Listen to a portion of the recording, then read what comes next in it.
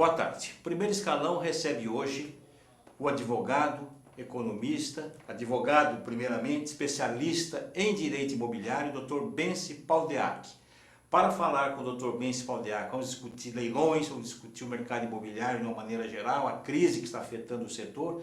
Eu convidei a jornalista Helenita Fogaça, blogueira do blog seumercado.com.br. Helenita também tem uma vasta experiência nesse assunto, trabalhou no jornal Estado de São Paulo durante vários anos, quando dirigiu o caderno que tratava dos assuntos imobiliários. Obrigado, Dr. Benci, obrigado, Helenita. Dr. Benci, a minha primeira questão é o seguinte: o mercado imobiliário está sofrendo muito nos últimos anos, principalmente nos últimos 2 anos, com a crise que está cada vez mais acirrada. Há uma queda muito grande no segmento de lançamentos, de vendas. Como é que o senhor vê esse segmento, esse cenário, esse panorama? Há possibilidade de uma recuperação no curto prazo, no médio prazo? Queria que o senhor fizesse uma análise e muito obrigado pela sua presença. Imagino, prazer meu, prazer meu estar aqui. Agora, para entender essa situação, a gente tem que voltar um pouco mais no tempo, né? Sim. Porque o mercado imobiliário brasileiro ficou relativamente parado, trabalhando subdimensionadamente, até mais ou menos 2007, 2008. A partir de 2008, com certas situações internacionais até, por questão de que o taxa Ficou parado até 2008, o senhor disse? Não estava subdimensionado, digamos assim. Havia uma demanda muito grande, mas não havia uma estrutura suficientemente afinada para fornecer os imóveis, não havia financiamento, as construções estavam ligeiramente paradas.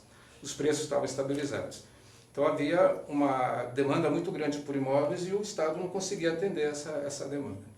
A partir de 2007 o Brasil conseguiu fazer uma organização, vários programas como Minha Casa Minha Vida, foi incentivado o crédito, o financiamento.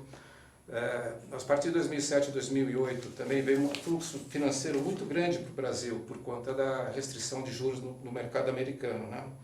As commodities também se valorizaram. Então, a situação econômica brasileira ficou muito vantajosa, ficou muito favorável. E a partir daí o mercado imobiliário começou a crescer, as pessoas estavam trabalhando, estavam com nível de emprego muito bom, a economia estava boa, a inflação estava baixa, controlada, e o mercado expandiu muito. Então, uma quantidade fenomenal de lançamentos de imóveis de todas as categorias, desde Minha Casa Minha Vida, classe média, padrão mais alto também. O problema que aconteceu é que a partir de 2004, todos esses fatores que determinam que o mercado imobiliário funcione bem ficaram restritos, voltaram para trás.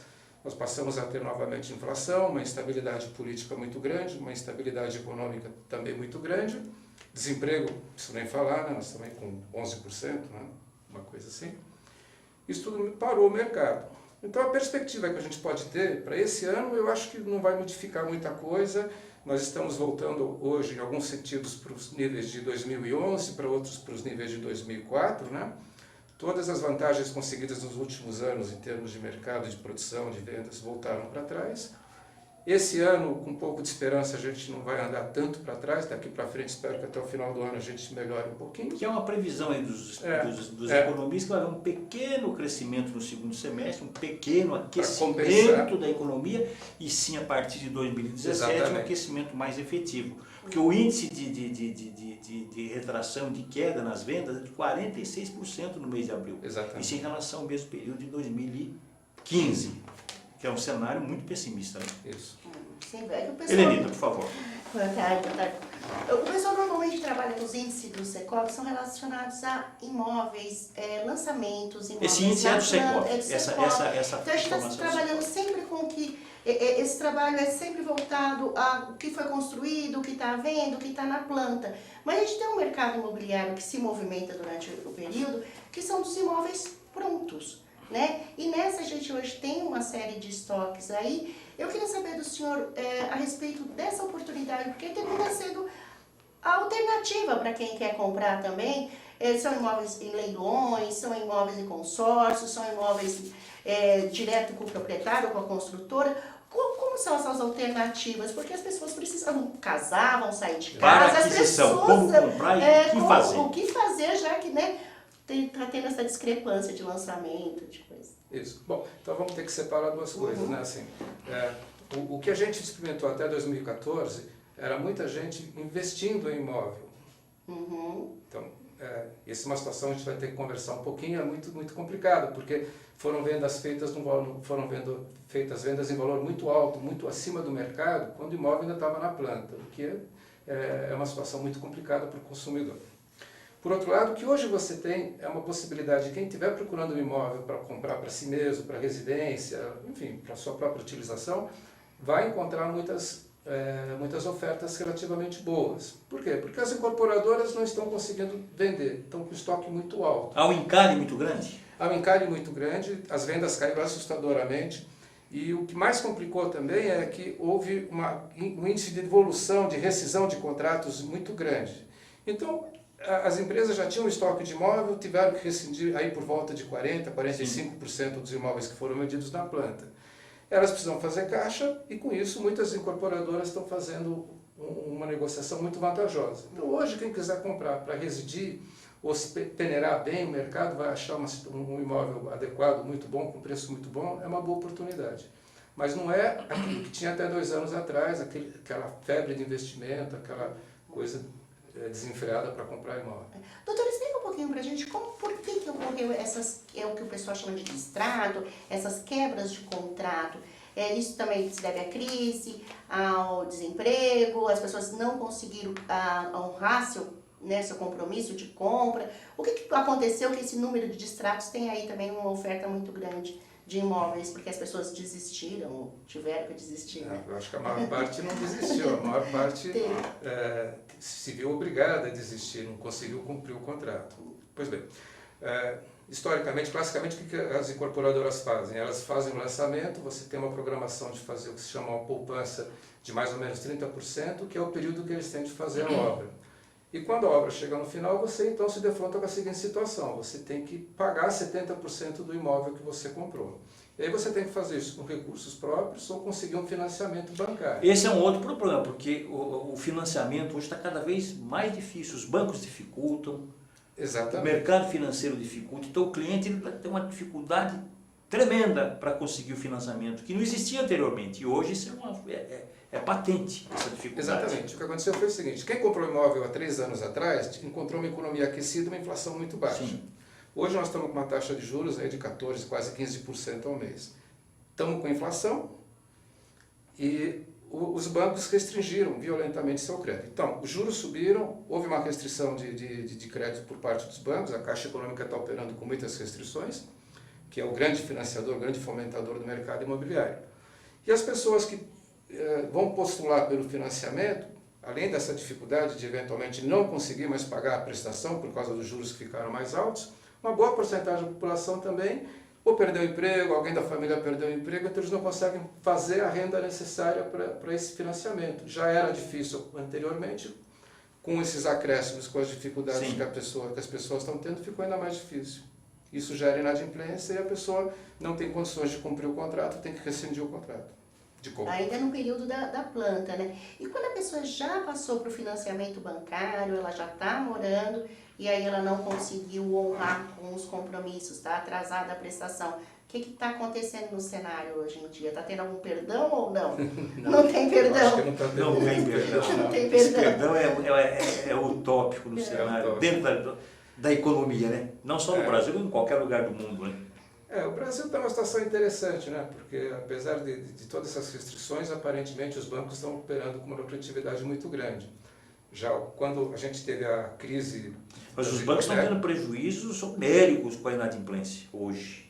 A carteira de imobiliária... De uma maneira geral. E também no mercado o que se tem divulgado é que os bancos têm feito ainda um lucro muito bom. Não, lucro sim, mas estão tendo prejuízos, quer dizer, entre aspas, no setor obviamente não imobiliário. afeta a margem de lucro do banco como um todo, mas no setor imobiliário, com a inadimplência, os leilões têm crescido, isso é um especialista, os leilões têm aumentado em progressão geométrica. Em São Paulo a gente não tem uma estatística firme. Eu estava vendo agora há pouco, em Minas Gerais triplicou o número de imóveis que estão sendo enviados para leilão, né? Sim. Porque a pessoa contraiu um financiamento ou fez uma outra alternativa de empréstimo, que é a alienação fiduciária. Não conseguiu cumprir esses pagamentos, ela vai perder o imóvel, vai ter um prejuízo muito grande. E esses imóveis, invariavelmente, acabam sendo enviados para leilão. Então, o mercado de leilão agora vai começar com certeza a ter, vai ter um crescimento. O que o senhor recomenda para o comprador que está tendo dificuldade para pagar, para honrar o seu compromisso com as prestações de imóvel? Ele não quer mais continuar, ele não tem condições de suportar a prestação mensal. O que o senhor recomenda para ele renegociar essa compra, esse imóvel, ou até desistir e não ter prejuízo? Como é que funciona isso no mercado? Olha, eu vou ser honesto com você, eu acho que nessa altura dos acontecimentos, achar que a pessoa vai conseguir sair sem ter prejuízo é uma Mas não utopia. existe a coisa da impontualidade? Eu me mantenho pontual, pago com um sacrifício muito grande, mas se eu negociar, estou mantendo a pontualidade, mas antevejo que não vou conseguir pagar lá na frente. Eu não tenho o reembolso de 90% do que eu paguei? Não existe essa prerrogativa? São momentos diferentes. Quando o imóvel ainda não terminou, quer dizer, Sim. no momento em que a incorporação termina, então você passa a ter as unidades que compõem o imóvel. Aí você vai ter que ou pagar por essa unidade ou fazer um financiamento. A partir desse momento, você já não se relaciona mais com a incorporadora, que ela já cumpriu a parte dela. Você tem uma dívida e uma hipoteca, por exemplo. Perfeito. Então, o teu relacionamento é com o banco. Antes desse momento, você tem uma situação diferente. Você está pagando aquela primeira fase da compra do imóvel, o imóvel não está pronto, quer dizer, não está terminado, não está concluído, não tem o que se chama de habite-se, né? E você tem um relacionamento com a construtora. Quando você faz com a incorporadora. Perfeito. Perfeito. Quando você rescinde o contrato com a incorporadora, aí você tem uma discussão, você tem um contrato, você vai querer rescindir, a incorporadora obviamente já está com estoque grande de imóveis, não vai ter interesse em receber mais um imóvel para o seu estoque e vai negociar com você, vai tentar te passar a menor porcentagem possível, 50%, 60%, 70%, normalmente não passa disso. Mas a lei não prevê 90%? Não, a lei não prevê quantidade fixa, não. E o que se tem decidido hoje, então sobra a pessoa que não consegue mais comprar o imóvel antes de ter a obra concluída, é fazer um processo, pedir a rescisão do contrato e pedir a devolução do que pagou. Aí se aplica Código de Defesa do Consumidor, uma série de decisões. São Paulo está muito favorável, está andando bem o Judiciário de São Paulo. Então hoje se tem decidido que tem que devolver entre 85% e 90% do valor pago. Sim. O que não é um prejuízo muito grande, enfim, é a melhor maneira que tem. Se arca com 10%, 15%, 20% no máximo. Também. Que é alto, mas não é uma perda muito expressiva. Exatamente. O senhor não acha que, assim, por exemplo, é a pior aplicação do século, né? Porque você compra uma coisa, você está pagando durante 30 meses, e aí na hora que de repente você desistiu, volta com menos 15%, né? Então, será que é aconselhável juntar esses 30 meses na poupança ou algum outro tipo de aplicação e tentar já dar um lance diferente?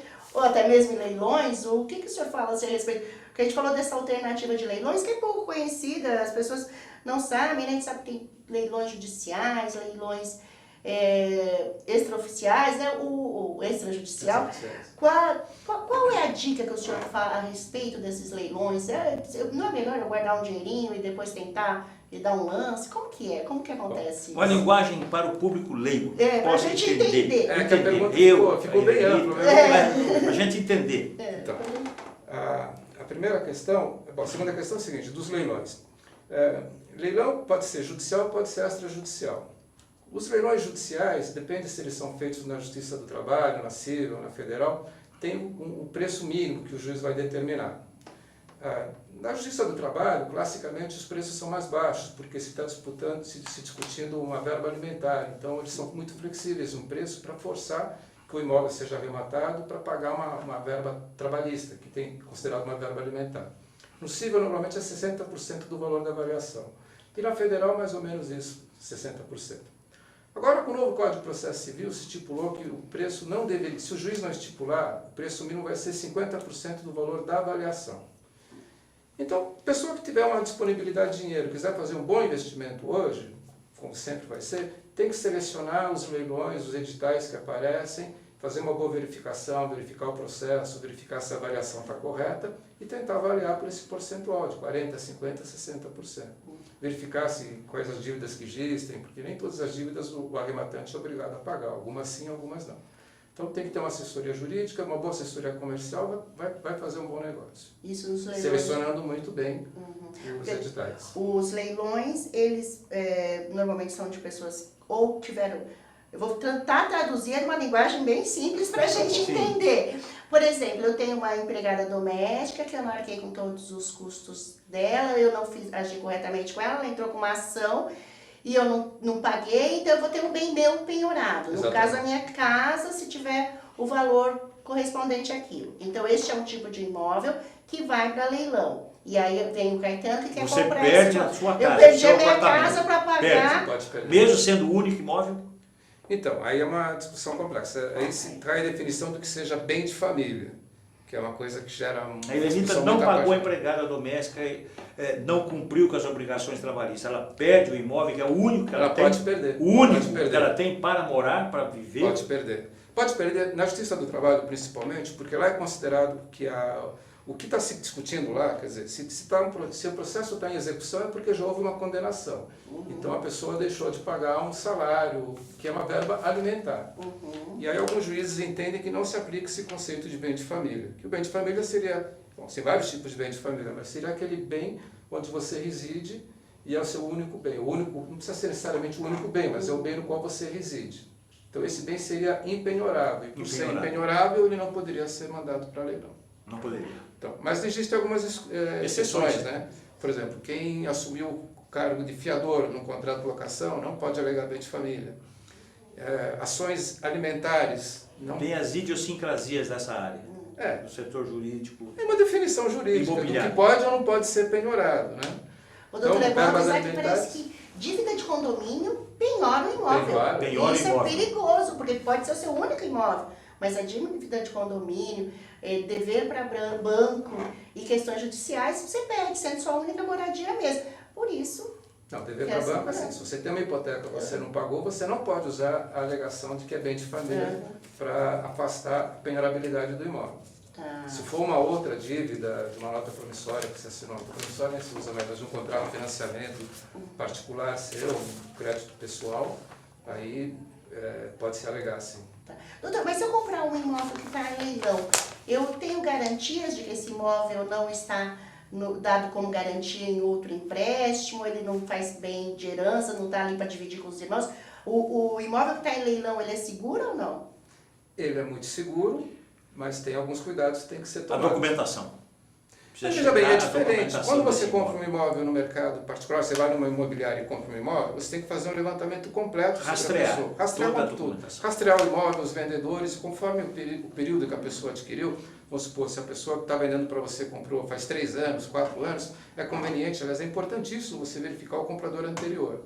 Aí não tem o número correto, tem gente que quer voltar atrás na verificação dos últimos proprietários, dos últimos 5, 10, 15 anos. Depende do nível de segurança que você vai se orientar. No caso do leilão judicial já não ocorre, porque você não está comprando um imóvel. Na verdade, é o Estado que está penhorando bem e mandando para leilão para pagar uma determinada dívida. Então você não tem uma relação direta. É o que a gente chama de uma aquisição originária, é como se fosse um imóvel novo. Então ele não guarda as restrições do imóvel antigo. A aquisição de um imóvel através do leilão é um investimento, né? Você adquire esse imóvel num valor bem abaixo do valor de mercado. Exatamente. Um apartamento custa R$500 mil de valor de mercado, num leilão ele pode ser adquirido por R$300 mil. Até menos, eventualmente, depende. A questão é assim, se você vai adquirir um imóvel em leilão, você tem que ter uma perspectiva diferente. É um processo, no mínimo um processo judicial, está sujeito a todos os tipos de recurso, existem características específicas de imóvel adquirido em leilão, e você, por exemplo, não tem uma data definida para receber a posse. Então é um processo judicial que pode demorar de poucos meses para ser resolvido até muitos anos. Quantos? Muitos. Eu tenho um processo no meu escritório de 15 anos que a gente não conseguiu resolver completamente todas as questões. Doutor, então eu fui lá, comprei um imóvel que a pessoa ainda está morando lá dentro. Então eu vou enfrentar uma outra burocracia para tirar essa pessoa do imóvel que eu comprei no leilão? Depende. Depende. Pode enfrentar? Não. Então, se for leilão judicial, o próprio juiz vai entregar a posse para você. A sequência vai ser a seguinte, você faz a arrematação. Se não houver nenhum recurso, você recebe um documento chamado Carta de Arrematação, que corresponde à escritura. Você registra essa carta e você se torna proprietário do imóvel. E depois você pede para o juiz te entregar a posse do imóvel. Então ele vai lá, manda desocupar o imóvel, se a pessoa não desocupar, isso é tudo feito judicialmente. Perfeito. Isso às vezes tem uma situação muito trágica, a gente costuma ver sempre por aí quando tem uma desocupação de uma favela, enfim, é uma situação socialmente muito complicada. Mas individualmente é isso que vai acontecer. Então, se arrematou um imóvel, uma casa, um apartamento, se a pessoa não te entregar o imóvel, você vai fazer isso judicialmente. Perfeito. Depois você vai ter uma fase final onde você vai ter que regularizar esse imóvel. Então, normalmente o imóvel que vai para leilão judicial não tem apenas uma penhora. É muito comum que ele tenha várias penhoras. E essas penhoras têm que ser canceladas, tem que equacionar a dívida de IPTU, porque na arrematação judicial, o arrematante não paga a dívida de IPTU até a data da arrematação. Quer dizer, da data da arrematação para trás... A dívida é remanescente. Anterior. Anterior, exatamente. Exatamente. Eu adquiri e não vou arcar com esse débito. Até essa data que você arrematou, não. Daqui para frente, a arrematação você passa a ser responsável. Já a dívida de condomínio, no caso de apartamento, embora eu particularmente não concorde com essa definição, mas enfim... A remanescente você arca. Você arca.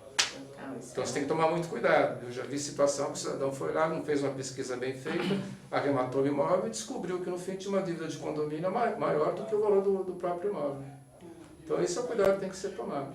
E justamente porque existe essa dificuldade, existe um prazo de tempo que a gente não consegue definir para esse investimento amadurecer e dar certo, você deveria ser proibido de arrematar, pelo menos por bom senso, pelo valor de mercado. Então você tem que pagar abaixo. Mesmo porque se você receber esse criar imóvel... uma jurisprudência nesse caso. Como? Criar uma jurisprudência nesse caso. Mas se você receber o imóvel em prazo muito curto e sem nenhum tipo de restrição, não teria nem moralmente justificativa para te vender mais barato. Né? Então, essa é a administração que a pessoa que quer participar... É igual você vender um carro que está com o IPVA atrasado, cheio de multas. Aí a pessoa compra o carro e tem que arcar com esse... E o valor das multas, às vezes, é superior ao valor do carro. Pois é. Aí você vê casos... Tá todo ou a pessoa não está conseguindo pagar a prestação, aí termina vendendo por um valor inferior só para assumir aquela dívida, né? Agora, doutor, com essa oferta que nós falamos agora, assim, que as vendas caíram, tem bastante estoque... O que é interessante para as pessoas hoje que querem comprar um imóvel? Porque deve ter alguma vantagem. Tem muita, quando a oferta é muita, né, a demanda é pouca, tem que baixar os preços aí, né? Tem que ter uma... Essa é uma regra que aliás, a oferta hoje é infinitamente superior, né? Depende. Exatamente. Então, como eu estava falando, eu acho que não necessariamente como investimento, mas para quem está procurando um imóvel para residir ou para uma pessoa da sua família, se hoje procurar as incorporadoras, eu acho que quase que absolutamente certo vai conseguir localizar um imóvel com preço bom. As próprias incorporadoras vão fazer uma condição de pagamento favorável, né? Porque elas estão com estoque muito grande. Para a incorporadora não é interessante ficar com estoque grande de imóveis, é despesa, é custo, ela tem que pagar o condomínio, ela tem que manter aquele imóvel, né? Ela participa.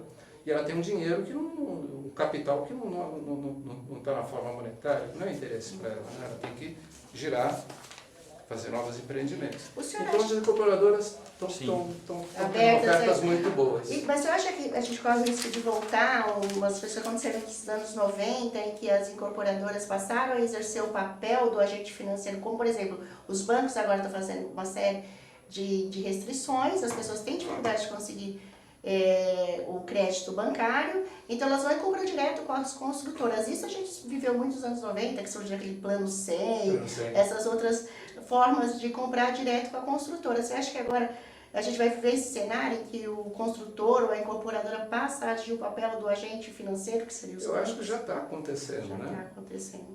Que a gente falou, se a empresa tem um estoque grande de imóveis, ela precisa vender esse imóvel para fazer um novo empreendimento, comprar um novo terreno, fazer um projeto, aprovar, ela não tem interesse em manter o imóvel em estoque, né? Além do mais, a inadimplência aumenta ainda mais o nível de quantidade de estoque de imóveis que ela tem. Então, hoje ela é praticamente obrigada, com juros mais altos, com as restrições de crédito, ela é obrigada praticamente para se capitalizar a abrir mão. Ou até para não ter prejuízo, né? Porque tem que pagar o condomínio, está pronto. Exatamente, né? Porque o imóvel pronto, uma vez que você já terminou a incorporação, ele paga condomínio, ele paga IPTU. E o imóvel deteriora também, né? Porque se não tiver uma manutenção. Agora, existe o leilão também por conta de dívidas fiscais, pagamento de impostos. Nesse caso, vou dar um exemplo para o senhor. Eu conheço um caso de uma família que tem um imóvel de valor elevado, são 3 donos, sendo que 2 têm uma situação fiscal perfeita, rígida, sem problema. E um tem dívidas altíssimas tributárias. Como é que funciona nesse caso? Como é que eu não vou adquirir um imóvel, tenho que dividir, eu vou adquirir um terço desse imóvel, que dois estão saudáveis, os dois proprietários têm a situação fiscal saudável, sem problema, e uma dívida altíssima. Como é que funciona nesse caso? Não, a O senhor legislação... conhece casos similares? Muitos. Bom, primeiro, então tem duas possibilidades, né? Ou o juiz, então, vai penhorar, que nem você falou, são 3 proprietários, vamos supor que cada um tem um terço. Então, ele vai penhorar um terço do imóvel e vai mandar um terço para leilão. Aí é evidente que quem vai arrematar... Quem vai comprar um terço de um imóvel? Tem gente que compra. Eu conheço muita gente que compra. Compra porque também, obviamente, não vai pagar um terço do valor. Sim. Vai desvalorizar, vai fazer um deságio por conta dessa dificuldade. Porque... quando terminar o processo judicial, ela vai ser sócia de 3 pessoas que ela não tem interesse em manter. Então ela vai ter que fazer um processo... De duas, exatamente. Então ela vai ter que fazer um processo para resolver essa sociedade, extinguir esse condomínio, vai ter que alienar esse imóvel, ou ele vai comprar dos outros 2, ou um dos 2 vai comprar dele, enfim, vai ter que achar uma solução. Isso é um prazo muito longo para você regularizar. Então o preço tem que ser muito baixo para valer a pena, mas tem muita gente que faz. A outra opção é, não digo em 3 pessoas distintas, mas eu já vi acontecer que um casal tem uma dívida e é penhorado só... Casal não. Então, existe uma dívida, é penhorado o imóvel, mas somente de um dos cônjuges, que é a porcentagem que vai ser penhorada, é o marido, vamos supor. O juiz entende que a mulher não participou e preserva a metade dela. Então, ele pode mandar o imóvel inteiro para leilão. Ele pode ou penhorar metade, como no caso anterior, ou ele manda o imóvel inteiro para leilão, a outra proprietária levanta a parte do dinheiro dela e a pessoa que adquire... Isso se ela concordar, que eu posso não concordar, não quero que a minha parte vá a leilão. Então, eu não tenho dívidas. Não é, Aline? Pode ser, né? Tem ainda esse litígio aí na história. É uma bela discussão. É uma bela discussão. E quem adquire um terço do imóvel e os 2 terços ficam com os proprietários, a maioria sempre prevalece. Eu não concordo que você faça isso no imóvel, comercialize. Não, você tem um problema mais sério ainda, né? Você tem para quem adquire, arremata. Se o bem é indivisível, e já tem, vamos supor, os outros 2 proprietários anteriores estão na posse do imóvel, você não pode pedir a posse do imóvel. É indivisível. Então você realmente se meteu numa situação que vai ter para tentar resolver o problema. Por favor. Doutor, essa questão que o senhor mencionou rapidamente um pouco no começo, e agora a gente falando sobre esse caso, é bom alertar também bastante o comprador com relação... o vendedor tem que ter o nome mais limpo do que o comprador, não é isso? Boa questão. Né? Eu, como advogado e atuando muito na área imobiliária, uma das coisas que eu acho... as maiores crueldades que a gente percebe são essas, né? Infelizmente, acho que é um país que tem um custo de regularização de imóvel muito alto, os impostos, os registros são muito caros. Então, é muito comum as pessoas comprarem imóveis com documentos particulares, não levarem para registro, e elas não têm ideia do perigo que isso pode representar. O famoso gaveta, contrato de gaveta. Ou se não, então, outra situação é a pessoa compra, não faz a verificação correta, quer dizer, você para comprar um imóvel, o imóvel tem que estar apto a ser vendido, e o vendedor também tem que ter possibilidade jurídica de vender esse imóvel. Se ele já tiver uma série de ações, já tiver uma dívida, como que garante os credores dele, é o patrimônio dele, ele não pode vender o patrimônio dele. Ele está fraudando os credores dele. Então, quem compra um imóvel não faz essas verificações, corre o risco de ter essa venda anulada, não é bem anulada, né? Mas o imóvel pode ser penhorado, vai para leilão e ele pode perder o imóvel.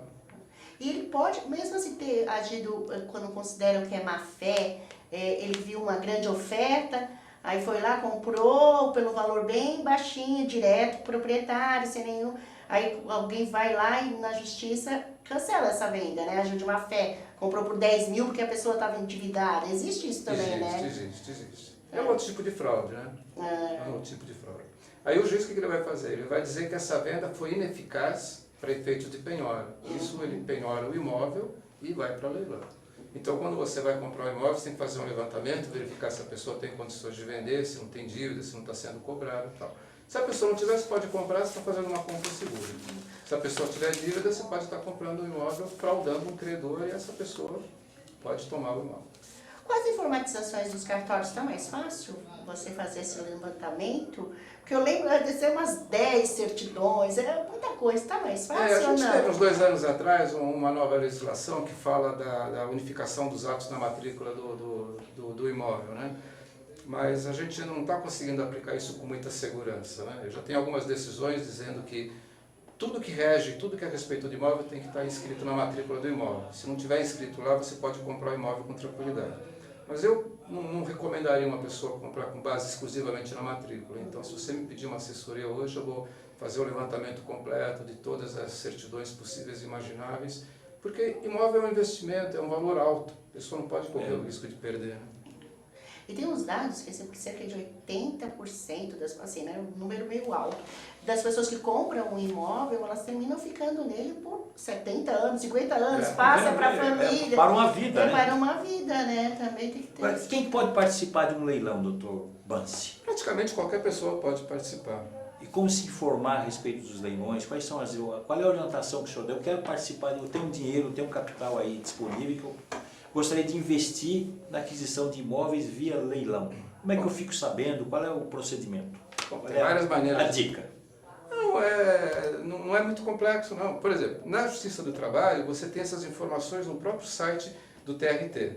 Então você vai lá procurar leilões judiciais, você vê a data que vai haver, você clica... Todas as informações. Todas as informações. Aí o site te direciona para o site de um leiloeiro, e lá você tem todas as qualificações de imóvel, valor da avaliação, localização, matrícula, às vezes tem fotografia, tal. Então esse é o primeiro passo, você tem que verificar, tem o valor da avaliação e o lance mínimo. Então você já tem uma informação assim, essencial, você já sabe se quer participar ou não, se aquele preço te compensa ou não. Aí você tem que fazer o levantamento do processo, o levantamento judicial mínimo para saber que situação que aquilo tudo está, e fazer o levantamento de mercado, verificar se aquele valor está condizente, se está bom, se está super avaliado. Existe uma última saída para quem tem o imóvel que vai ser leiloado? Eu tenho um imóvel que vai ser leiloado, mas eu vou ter uma entrada, um aporte de capital que vai me permitir pagar o meu débito em 2, 3, 4, 5, 6 meses. Eu posso negociar o pagamento desse imóvel e a justiça, nesse caso, indefere aquele leilão e me beneficia para fazer esse pagamento? E eu não perco o imóvel? É possível? O que se vê muito são acordos, né? Então você... Esse acordo é possível? Esse acordo depende de você conseguir se compor com a pessoa para a qual você tem a dívida, né? Então, ação trabalhista. Tem lá um reclamante e um reclamado. Se você conseguir fazer uma composição, é bem provável que você, apresentando essa composição com pagamento parcelado, o juiz também tem uma visão humanitária a respeito dessa situação toda, e ele deve suspender o leilão ou fazer o leilão. Pode suspender. E no caso da dívida ser com o banco, eu tenho que compor com o banco. Tem que compor com o banco. Quer dizer que sempre há uma possibilidade. No último minuto do jogo, na prorrogação. Existe. Cada vez mais pode difícil, existir. Porque... Mas pode existir. Não, o que nós estamos falando é uma composição particular. Perfeito. Onde o juiz tem que homologar ou não, né? O senhor disse que o juiz é um humanista?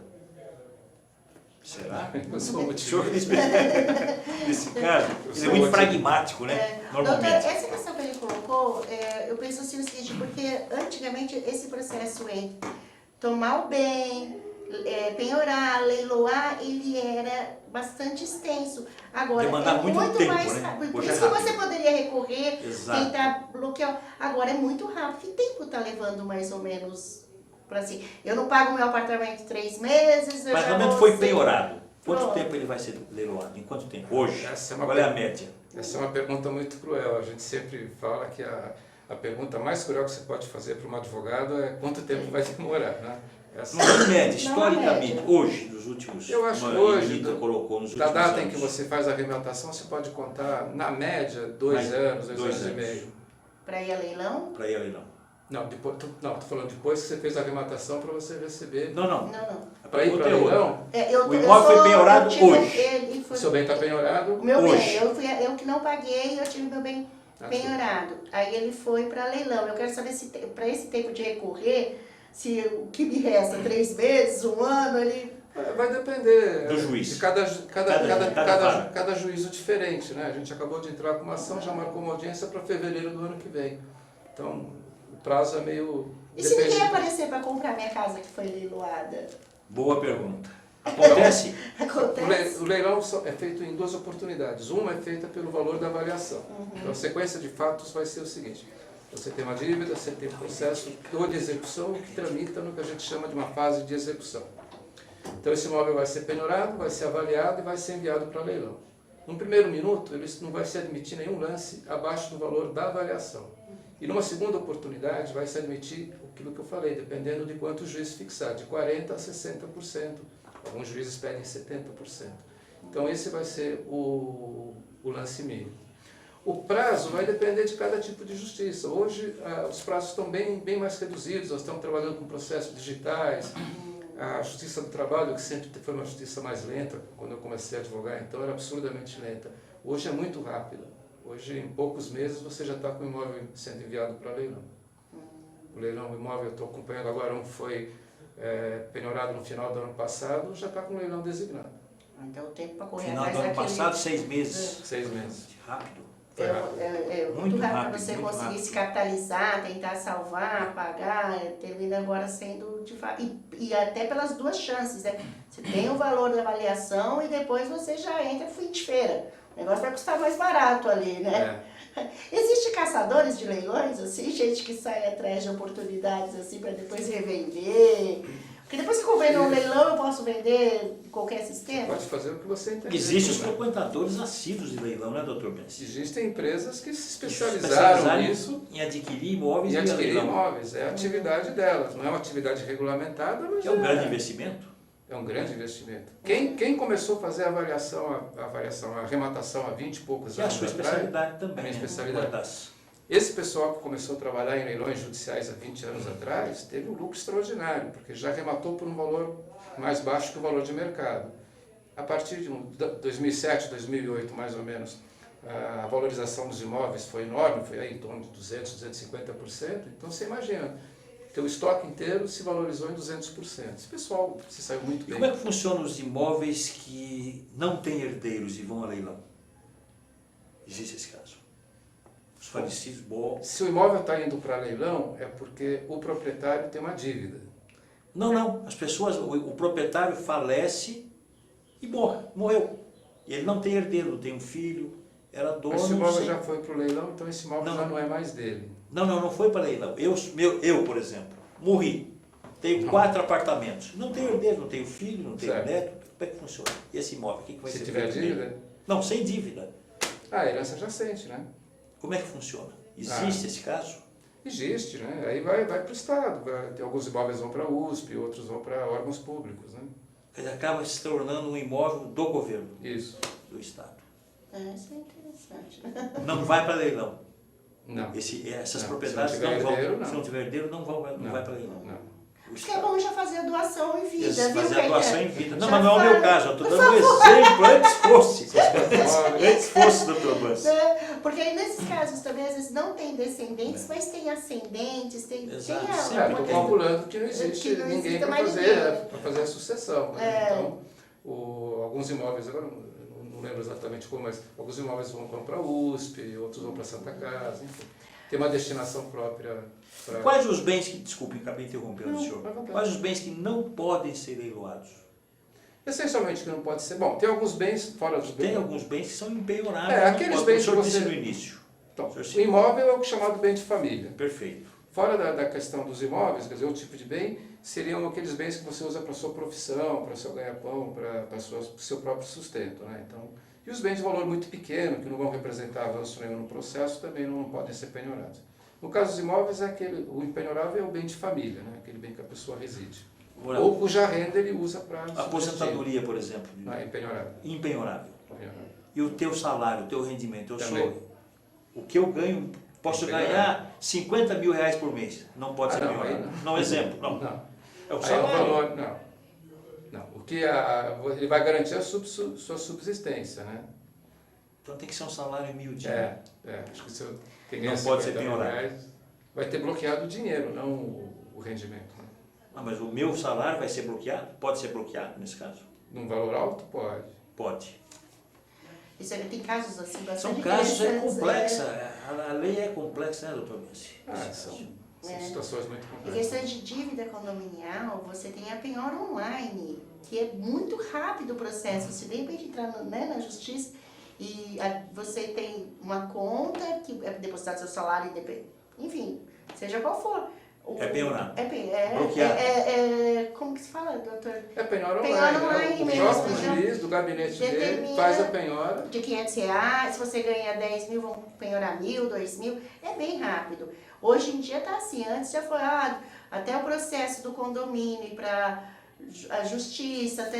Levava uns 2 anos. Hoje não, em 3 meses não pagou, você pode ser acionado. Hoje está muito rápido muito e eu acho muito correto, principalmente dívida de condomínio, né? Porque quando uma pessoa deixa de pagar uma cota de condomínio, as outras pessoas estão pagando no lugar dele. Né? Que não é justo, né? Condomínio é um rateio. Né? Então é um valor que está sendo rateado, quando alguém não paga, alguém está pagando no lugar dele. Sim. E as despesas do prédio permanecem. Então é muito bom que seja. E com essa nova fase que nós estamos vivendo, dos processos digitais, processos eletrônicos, esse tipo de situação, o próprio juiz pode fazer a penhora, o próprio juiz pode bloquear dinheiro na conta corrente através do Banco Central, né? Porque antigamente você tinha que mandar uma ordem para o Banco Central, o gerente ficava sabendo, a pessoa que estava devendo tinha toda a possibilidade de retirar o dinheiro, então as penhoras nunca davam resultado. Né? Hoje é online. Não, mas você percebe, o dinheiro já saiu, né? Já está indisponibilizado, na verdade. Mas está agora, bloqueado, depois ele vai ser penhorado e aí vai correr o processo. Agora, a gente está vivendo um momento econômico retrativo, alta inflação, desemprego. Sim. A melhor saída é sempre conversar, doutor? Tem, né? Eu acho que uma orientação que todo advogado de bom senso deve dar é a seguinte: a melhor solução que você possa achar ainda é a negociação. Se você está devendo para o banco, se você estiver devendo condomínio, vamos sentar para não perder o bem, né? Porque às vezes a pessoa acha que se deixar, vão esquecer. Não esquece, né? Não é que bom. A sua situação vai ficar bem prejudicada. No caso de um processo, por exemplo, hoje tem os custos processuais, todas as condenações que acabam... Custos e custas, né? Custos e custas, tem honorários. E hoje, agora a inflação voltou um pouquinho, mas até pouco tempo atrás era muito perigoso você dever, porque você tinha uma inflação baixa e uma taxa de juros relativamente alta, 1% ao mês. Quando a inflação é baixinha, acaba sendo uma dívida cara. Hoje, com a volta da inflação, de novo a gente vai ter que repensar e fazer conta novamente. Doutor Bessa, o direito imobiliário é uma especialidade em alta dentro do direito no Brasil? Porque o direito criminal é fortíssimo, o direito civil fortíssimo, o tributário fortíssimo. O direito imobiliário está em alta dentro dos cursos de direito, dos profissionais que estão se formando, entrando no mercado, e outros como o senhor, que já tem uma experiência de muitos anos. Como é que está qual é o status do direito imobiliário hoje no Brasil? O direito imobiliário, posso dizer para você o seguinte, é uma atividade que quanto mais crescer, quanto mais tiver demanda por um profissional de direito imobiliário, melhor a economia vai estar. O que quer dizer que tem mais empresas, incorporadoras e construtoras construindo, existem mais imóveis sendo colocados à venda no mercado. O mercado imobiliário é um mercado maravilhoso. O Brasil tem toda a tecnologia para construir, a gente exporta a tecnologia, né? O Brasil tem um sistema de construção muito bom. Tem todas as matérias-primas, a mão de obra nacional. Eu sempre achei que é uma crueldade, um desperdício não haver, já há muitos anos atrás, um plano muito forte de incentivo à construção. Existe uma demanda enorme por residência, então você tem todos os elementos para ter uma atividade econômica maravilhosa, que vai pagar muito imposto, vai dar satisfação para todo mundo. Então, quanto mais demanda tiver para a construção, mais profissionais vão ter. Simboliza, então, o crescimento. Então, eu acho que se houver, quanto maior for a demanda pelo direito imobiliário, eu acho que é um medidor, talvez. O especialista ele não entra só na hora de apagar o incêndio. Isso. Na hora de apresentar soluções, auxiliar o cliente, auxiliar as imobiliárias, auxiliar o mercado de uma maneira geral. Exato. Você hoje não deve comprar um imóvel sem ter uma assessoria. E mesmo o direito imobiliário, hoje, nós estamos vivendo num mundo tão subdividido em tantas áreas diferentes, né, que hoje você tem advogados que são especializados em incorporação imobiliária. Por isso já demanda um tipo de especialização mais específica ainda. Outros, aquisição, compra e venda de imóveis, loteamentos, enfim. Estabelecendo um cotejo com a medicina. O cardiologista, exatamente, o índice é muito alto. O pediatra, o índice é muito alto. Qual é a participação do especialista em direito imobiliário no ranking das especialidades do direito hoje? Não vou saber te dizer, porque, contrariamente à medicina... Está entre os top 5, podemos dizer, da profissão? Eu não tenho estatística a respeito disso. Até pouco tempo atrás se estava muito valorizado quem fazia direito tributário, né? Os tributaristas estavam em alta cotação, né? Hoje eu acho que, maldosamente, por conta do clima político, né? Os criminalistas hoje lideram o ranking. Criminalistas lideram o ranking. Então, É muito interessante essa questão, também, o senhor me corrige caso esteja errado, porque normalmente quando vai comprar na planta, o pessoal fala, você vai pagar uma taxa de assistência jurídica, e normalmente é o advogado da construtora, da incorporadora, você está pagando para o rapaz para ele fazer análise do seu negócio. E se você chegar e falar, eu tenho um advogado de direito tributário, eu não vou pagar a sua taxa, eu posso usar o meu advogado, né, que vai fazer uma análise ao meu favor também, né? Nessa questão de comprar na planta, você tem um advogado para consultar, você pode dispensar de pagar a taxa jurídica deles, né? Faz uma análise sobre isso você. hoje em dia, o que a gente tem visto, assim, tem uma grande quantidade de processos pedindo a nulidade desse tipo de cobrança e mandando a incorporadora devolver, porque é uma cobrança forçada, uma venda casada. Sim. Além do mais, tem uma coisa que você está falando agora que está me ocorrendo, né? Quando você contrata para te assessorar o advogado do vendedor, o interesse dele não é mais o seu, é o da empresa vendedora. E você tem que ter uma assessoria para garantir que o seu negócio seja bom para você. Sim. Que vai fazer o levantamento se aquela incorporadora está em condições, está em uma situação jurídica, financeira boa. Senão você pode estar caindo numa armadilha. E isso que justamente é muito importante alertar as pessoas que vão no stand de vendas, porque eles colocam que tem uma taxa jurídica. Só que o advogado é do vendedor. Então, assim, é bom saber que você tem advogados especializados em direito imobiliário e vá com o seu. E leva o contrato para você levar para ele ler o que você está comprando, que vai ser na sua defesa. E para não cair na decepção, né, do negócio desfeito, justamente na hora que você vai pegar. Né, que de repente, E eventualmente, tem muitos podem golpes, surgir muitas coisas, mas, porque você pode tudo quando você vai comprar na planta. Aí quando vai passar o processo do financiamento bancário, início da nossa conversa do programa, foi justamente esse. Ou sua renda não é compatível à exigência que o banco está fazendo. Então é bom, né? Você tem que ter muita... A prevenção, né? Tem que ser muito precavido. Infelizmente, o nosso tempo está terminando. Vamos ter que terminar o programa. Helenita, muito obrigado pela sua presença, pelo seu apoio. Dr. Benci, muito obrigado pelas suas informações, sempre muito lúcidas e proveitosas. Agradeço a sua participação. O Primeiro Escalão volta na próxima terça-feira, às 4 da tarde, ao vivo. Até lá, muito obrigado.